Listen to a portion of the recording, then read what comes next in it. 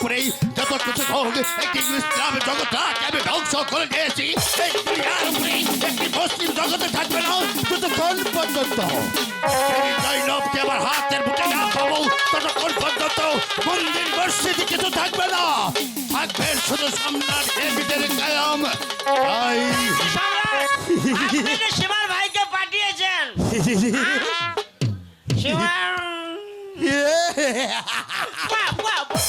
কাবিল খাই তুমি এত আনন্দিত না? আমি ঘোষণা করে দিয়েছি হুসেন শাহকে যে জমি তোমার দরবারে আসতে পারবে তাকে দিব আমি 1 লক্ষ টাকা, তার সাথে দিব অনেক সোনা ভালো। তাই আমার ডান হস্ত শিবলকে পাঠিয়েছি হুসেন শাহকে ধরিয়ে দিন, 5 বছর কাজ স্বীকার করবে এবং আমাকে কন্যাশিক করবে।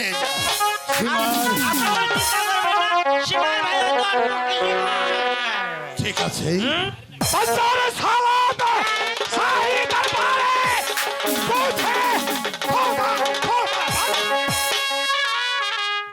একই সীমার তোমাকে একা দেখতে পাচ্ছি। হুসেন শাহকে কোথায় রেখে যাও আমার কাছে চলে বলো। খোদাবান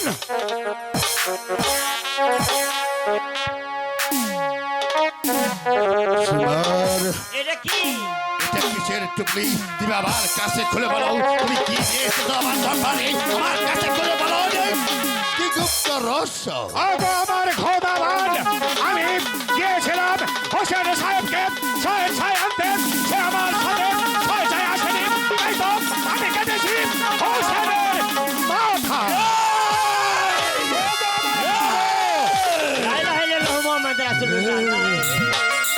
ওরে শিমার, ওরে শিমার, তুই কি করেছিস একবার কি ভেবে দেখেছিস? দেখে সন্তান তাকে তুই হত্যা করেছিস। ওরে বেঈমান, ওরে কাফের, তাকে যখন হত্যা করেছিস আকাশ আর জমি না একসাথে কেঁপে উঠেছিল। ওরে বেঈমান, আমি তাকে পুরস্কৃত করব। আমি তাকে কি পুরস্কৃত করব সে বাসা আমি হারিয়ে ফেলেছি। আমি সম্রাটকে যেতে বেঈমান হতে পারি, আমি কাফের হতে পারি।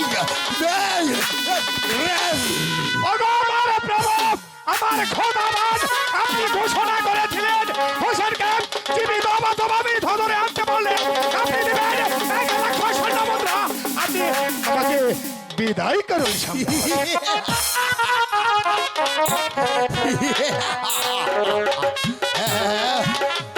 আমি বিচারক, আমি বিচারে আসনে বসেছি।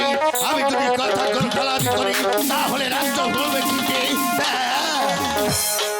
আমি তাকে পরিস্কৃতি করবো, এমন একটি পরিস্কৃতি করবো সে পরিস্কৃত স্বর্ণ অঞ্চলে লেখা থাকবে সম্রাটের বেঈমান হতে পারে, কাফের হতে পারে, কিন্তু দৃষ্টি হারামি কাছে কখনো পছন্দ করিনি।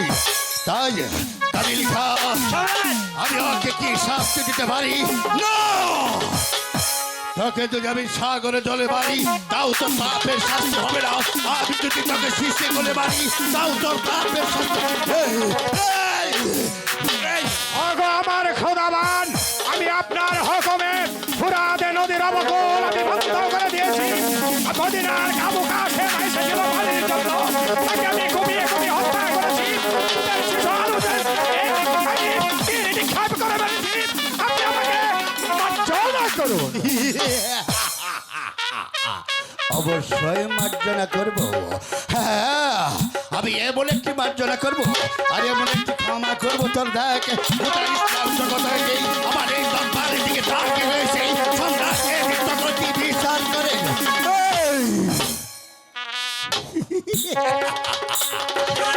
তুই আমাকে এখন পর্যন্ত চিনতে পারিসনি। আমি মাফিয়ার একমাত্র পুত্র। আমি দুনিয়ার উপরে আসার আগেই আমার নাম বতর হয়ে গেছিল, কিন্তু কুরাতে বংশ জন্ম হরণ করতে হয়। আমি বেঈমান হতে পারি, তোকে দিয়ে গেলাম, তোকে দিলাম মৃত্যুদণ্ড।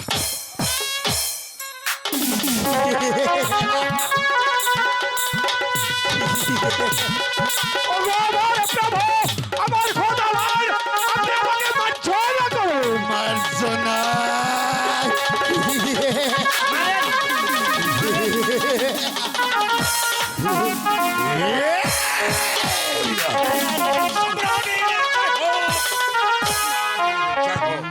মহামন্ত্রী মারুয়ান, সম্রাট, হত্যা বন্ধ করো।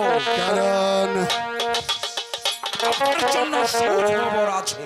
কি খবর নিয়ে এসেছো? আমি হুসেন সাহেবের পরিবার বর্গ ধরে নিয়ে এসেছি। কাকে কাকে বন্দি করেছ? করেছি জাইনাল আবেদিনীকে আর আপনার সুন্দরী জাইনাব।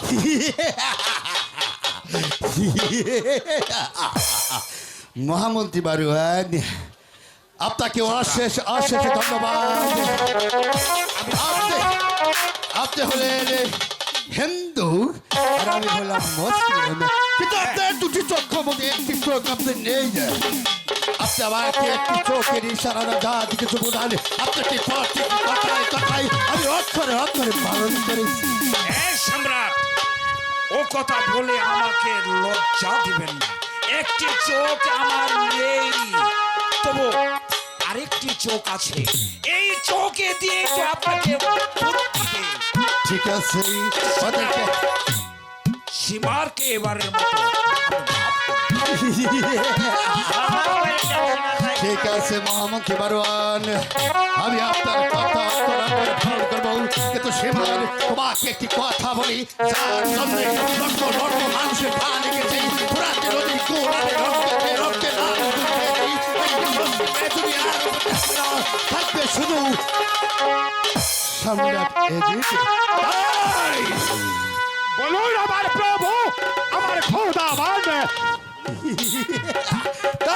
আপনি আমাকে তাই ওই নারীর মুখ দর্শন করেই আমি তোমাকে একটি সাধারণ খবর দিলাম, কিন্তু ভবিষ্যতে কথা বলে রাখবে, তুমি এ ধরনের কোনো ভুল করো, তাহলে দেব তোমাকে প্রাণদণ্ড। এই সীমার, তুমি এই মুহূর্তে বিশ্রাম করে চলে যাও। আমি তাই করছি আমার প্রভু, আমার খোদাবান।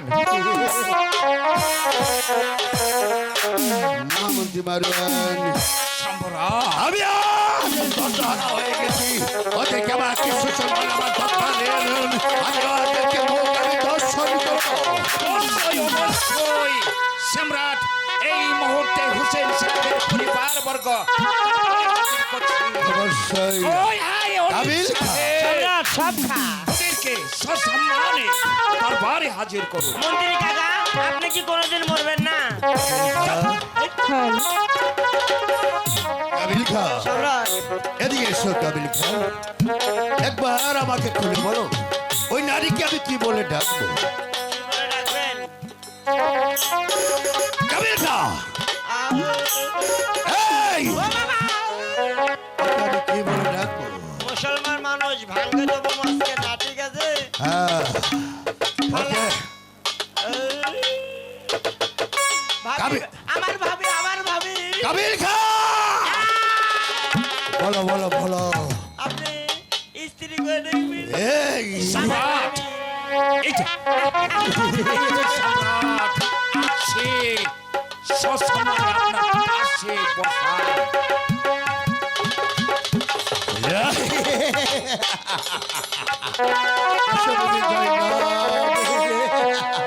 এসো, ওই তোমার বাম পাশে একটি চেয়ার খালি আছে, তুমি এই চেয়ারে বসতে পারো, তাই তোমার ভবিষ্যতে দরবারে তুমি বসে পরিচালনা করবে, তাই তোমার জন্য আমি চেয়ার খালি রেখেছি। চুপ কর কাফের, তুই যে আশা করেছিস তোর আশা কোনোদিনও পূরণ হবে না। লা ইলাহা ইল্লাল্লাহু মুহাম্মাদুর রাসূলুল্লাহ। দেবী জয়নব, আমি এখনো বুঝতে পেরেছি আপনার এখনো ব্যবহার করেনি, আমি ইচ্ছা করলেই আপনাকে হত্যা করে শিয়াল কুকুরে মার আমি তা করবো। সাবধান কাফেরের বাচ্চা, মার যায়। নবীর বংশের মানুষের সাথে কিভাবে কথা বলতে হয় তা কি তোর বাপ মায়ের শেখায়নি? ওরে বালাকে, আমি তোকে কি বলি, মনে হয় বাঘের গলে থেকে বাঘ জন্মগ্রহণ করেছে, তুই কার সামনে দাঁড়িয়ে কথা বলছিস, একবার তুই জেনে দেখেছিস? সম্রাট শুধু বাঘ নয়, কেউটের বাচ্চা ফুস করে উঠে। আপনি একসঙ্গে কেমন করে দেখলেন? কাবিল খাও, দেবী জয়নব, আপনি আমার দিকে ভালোভাবে তাকিয়ে দেখুন, আমার জন্য কত হাজার হাজার নারীরাও রাস্তার ধারে ফুলের মালা দিয়ে তারাই বরণ করতে চাই, কিন্তু না না, আমি সব কিছু ভুলে তাই বলছিলাম কি আপনার তো মনে নেই আপনার দিকে ভালোভাবে তাকে দিন আমি একদিন শিকারের মতোই আপনার বাড়ির সামনে দিয়ে যখন আমি রওনা দিয়েছি সেদিন আমাকে দেখে আপনি দরজা বন্ধ করে দিয়েছিলেন তাই সব কিছু বলে যে আমি চাই এই দুনিয়ার উপরে হিন্দু মুসলিম যত জাতি আছে সুখে নিয়ে একই সাথে বসবাস করতে পারে তাই আপনি আমার প্রস্তাবে রাজি হয়ে যান তোর মতো কাফেরের প্রস্তাবে আমি শত সহস্রবার প্রত্যাখ্যান করি। বলছেন না মুসলমান মানুষ? না না না না না খাঁটি মুসলমান মানুষ। এই! না না না ওকে চাবুক নয় ওকে বুঝিয়ে বুঝিয়ে যদি আমি ভালোবাসা আদায় না করতে পারি তাহলে আমি কাপুরুষ হয়ে যাবো মোহাম্মদ সম্রাট বলুন আমি কি করতে পারি সম্রাট এই মুহূর্তে সচ্চাই যদি বৎসতা স্বীকার না করে তাহলে আপনি একটু কঠোর হন সম্রাট অবশ্যই বাপ্পি জয়নাল বল কাফি তোমার কাকিমাকে বুঝি বলো তাই আমার সরাসরি আমার প্রস্তাবে রাজি হয়ে যাক কখনোই না কাফেরের বাচ্চা তুই যদি আমাদেরকে মারতে মারতে মেরে ফেলিস কখনোই আমার চাচি আম্মা তোর প্রস্তাবে রাজি হবে ওরে না বালক, তোকে কেমনি ভাবে রাজি করতে হবে আমার ভালোভাবে আছে আঙ্গুলটা দেখা করতে হবে ওরে বেইমান! তাই না? মাইরেন না, মাইরেন না। বাবা, তুমি রাজি হয়ে না যান। চলো, তুমি- মেরো নামে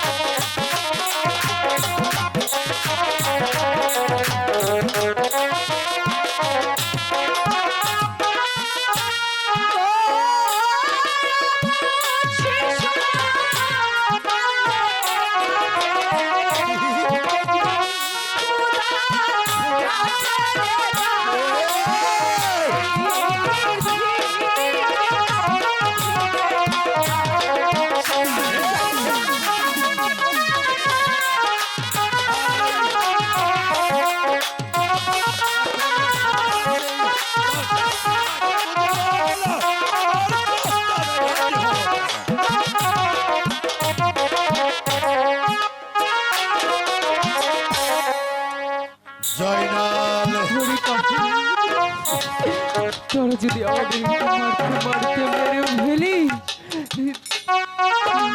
কোনদিন আমার চাচি আম্মা যে তোদের তোদের হুকুমে রাজি হবে না। এই!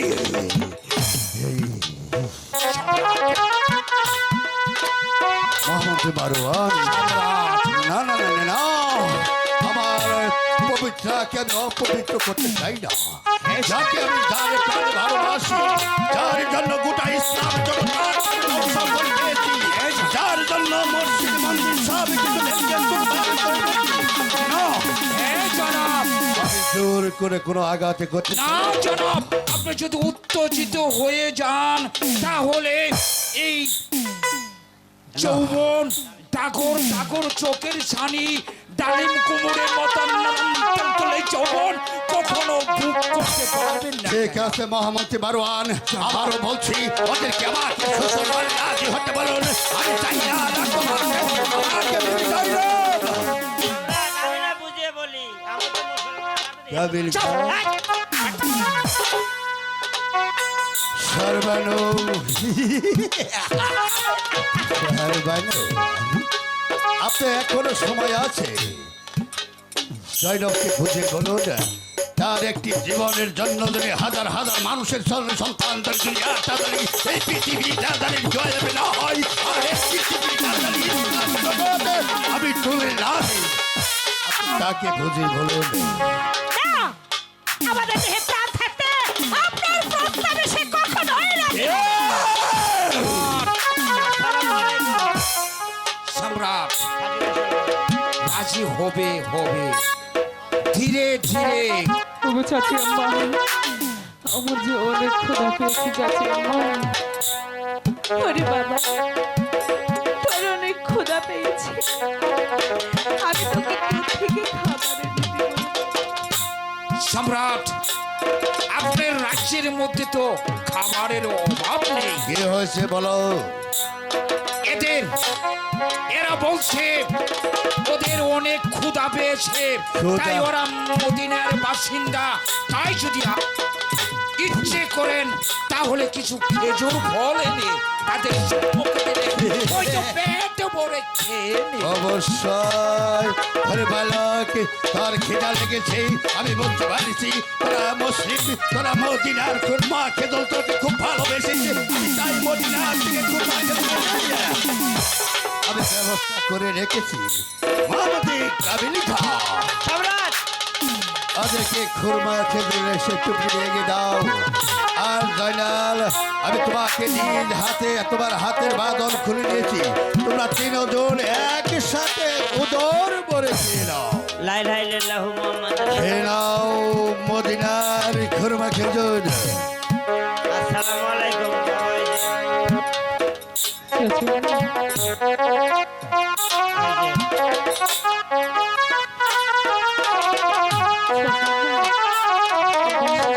চলুন তো আমরা এখানে বসে খাই। মাম, তুমি খেয়ে নাও, আমরা খাবো না বাবা। খেয়ে নাও, খেয়ে নাও,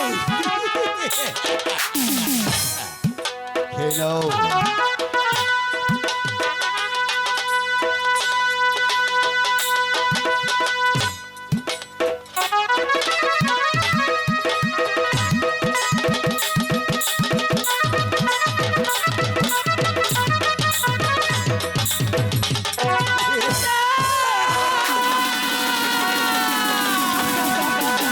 লা ইলাহা ইল্লাল্লাহু মুহাম্মাদুর রাসূলুল্লাহ।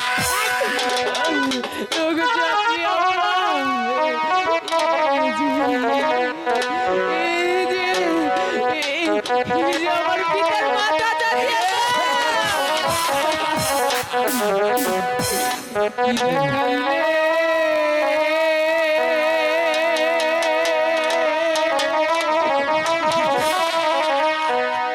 নিষ্ঠুরে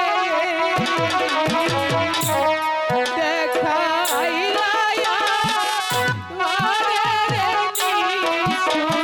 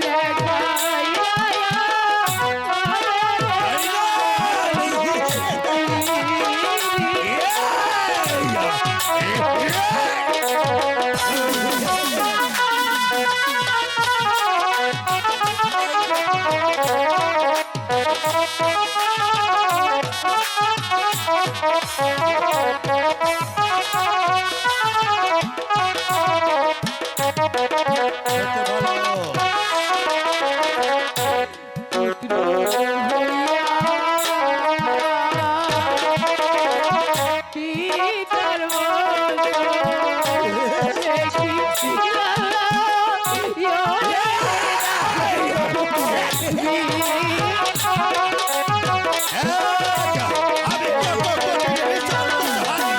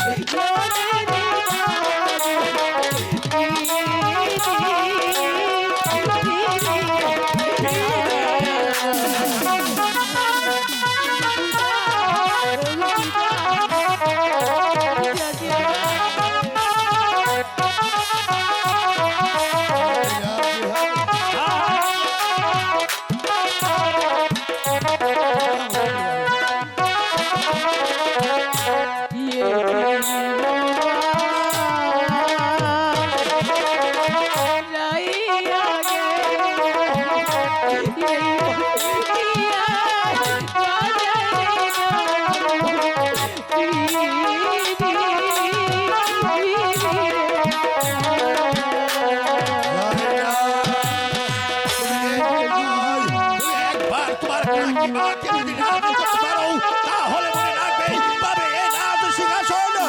আর তোমার মতো এই দুনিয়ার উপরে সম্রাট, আমি বলছিলাম কি, জয়নাল আবেদিনের হাতে যে জমাকৃত মাথাটা, ওই মাথাটা আমাদের কবজায়। অবশ্যই যাও, এই মুহূর্তে মাথাটা ওর হাতে থেকে নিয়ে এসো। আমি আমার পিতাকে কিছু দেব না। মহামতি বারোয়ার, আমি মাথা দেব না, মাথা দেব না। না মন্ত্রী কাকা মাথা ওরে নাও। বালক, আমার এই রাজ্যে বলে আমার হাতে দরবারের থেকে পালিয়ে যাবি এমন কোন বীর পুরুষ জন্মগ্রহণ করেনি। ওরে বালক, ওই মাথাটা আমার হাতে দে। আমি কিছু দেব না।